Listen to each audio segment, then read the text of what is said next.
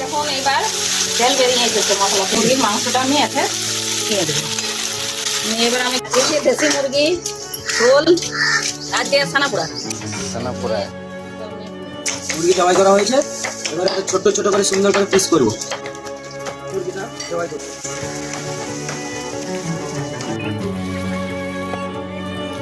তেল দেবো, তেল গরম হয়ে গেছে।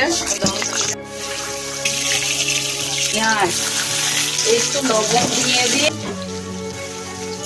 লালচে লালচে ভাব চলে এসছে। আদা রসুন লঙ্কা করতে চান তাহলে একটু চিনি একটু বিট দিয়ে দেবেন, তাহলে দেখবেন কালার এত সুন্দর কালার আসবে। এবার আমি মশলাগুলো আছে দিয়ে দেবো। এই দেখুন এবার তেল বেরিয়ে মাংসটা আমি আছে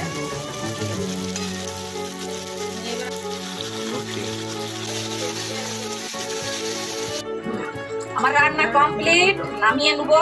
এবার ধনে পাতা দিচ্ছি। মুরগির মাংস রান্না হয়েছে, এবার খেয়ে দেখা যায়।